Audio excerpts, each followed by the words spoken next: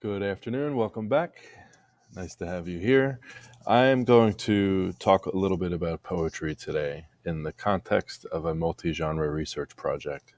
So, as you can see on the screen here, I have three documents about two poems, and I'm not going to go through the entire documents, but you will have access to these, so you can check them out on your own.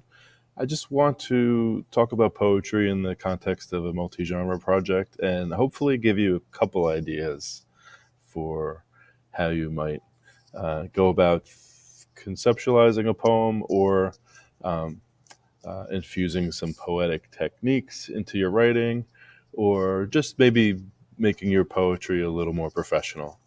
Okay, so we start with Wires by Philip Larkin. And this poem we worked with earlier in the year. And although I don't want to read the poem right now or analyze it, I would like to say that this is a poem that would work really well in, say, a multi-genre project on the concept of maturity, maybe, or boundaries, or maybe somebody who is researching the idea of development.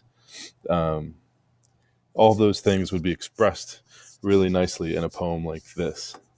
So one other thing, you can pause this video, obviously, at any point. So you should pause whenever you want and spend time with the actual documents themselves. In this document, you will remember that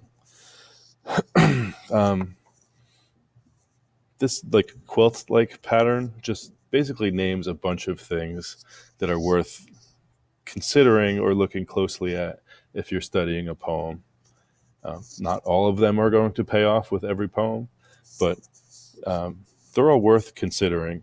For example, the stanzas or the structure of this poem is interesting. We have only two stanzas, but it's structured in a very interesting way, including the relationship of the rhyme scheme in the first and second stanza. Things like diction, always worth paying attention to when reading poetry, and of course when writing poetry, because when we use language, we have the choice of the words that we're using, and choosing one word over another can be an advantage or a disadvantage. So just for example, Philip Larkin uses the word blunder here when he could have used a number of other words, but blunder suggests something about the characters in the poem. Then we have characters in this poem, and they are both literal and symbolic. So that might be a move you want to make as a poet. There's a bit of a storyline to this poem. That could be something else you'd want to consider. So when reading or writing poetry, these are just some areas of focus that you could sort of zoom in on and think about how you'd want to treat them, especially as a writer. So the second part of this handout was an opportunity for you to just grab a couple poetic techniques and look more specifically about how Philip Larkin used them intentionally in his poem Wires. So again, if you want, you can pause this and you could sort of read the poem again and study it again if you'd like, or you can use it as inspiration for creating a poem of your own. Okay, so the second poem here is called Poverty, and it's by D.H. Lawrence, and I'd like to share a reading of it with you. So enjoy. Poverty by D.H. Lawrence. The only people I ever heard talk about my lady poverty were rich people, or people who imagined themselves rich. St. Francis himself was a rich and spoiled young man. Being born among the working people, I know that poverty is a hard old hag and a monster when you're pinched for actual necessities. And whoever says she isn't is a liar. I don't want to be poor. It means I am pinched. But neither do I want to be rich. When I look at this pine tree near the sea that grows out of rock and plumes forth, I see it has a natural abundance. With its root, it has a grand grip on its daily bread. And its plumes look like green cups held up to the sun and air and full of wine. I want to be like that, to have a natural abundance and plume forth and be splendid.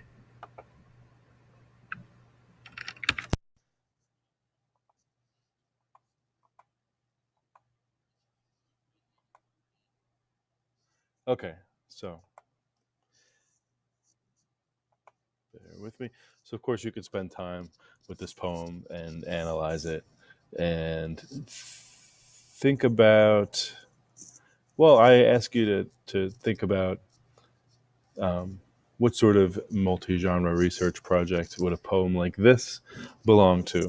Obviously, it could be on the concept of poverty, or it might be on the concept of contentment, or it might be on the concept of status or anxiety or ambition.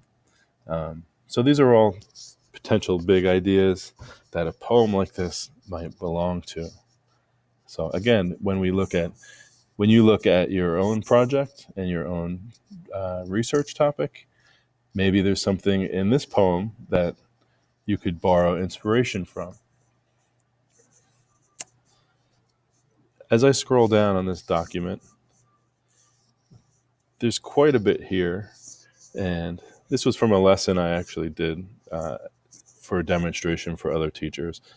And I have 3 questions, and I'd ask you to read those and consider them, your answers. And then again, we have like a quilt like thing where we have a bunch of elements, poetic elements that you can study, that you could zoom in on and focus on when studying this or any other poem. And of course, as a poet, as a writer, these are all elements that you can manipulate, that you could play around with, that you could think hard about.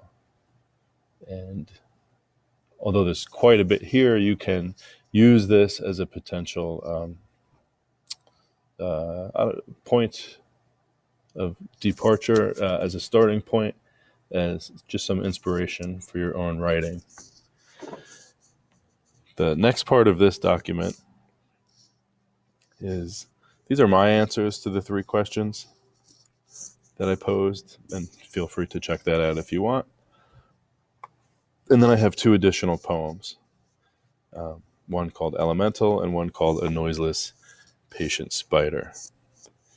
Actually, I'm going to link to audio versions of those poems on the document, just to show you something. And we're not going to study the poem Poverty now. Here's another document that I created with a bunch of footnotes.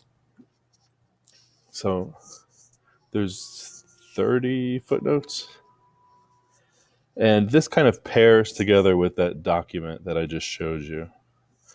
So what this is if you took this document, sorry, bear with me,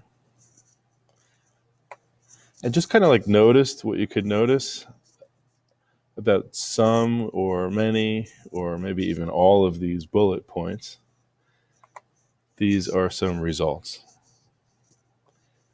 And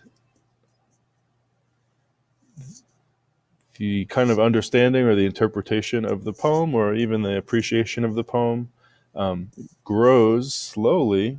It's not like all at once in a flash sometimes, but just like noticing things and then piecing them together, and just like noticing more and more things and asking questions sort of can help one arrive at an interesting understanding or interpretation of a poem. So it does take a little time, and it does take some patience, but it can be very rewarding. And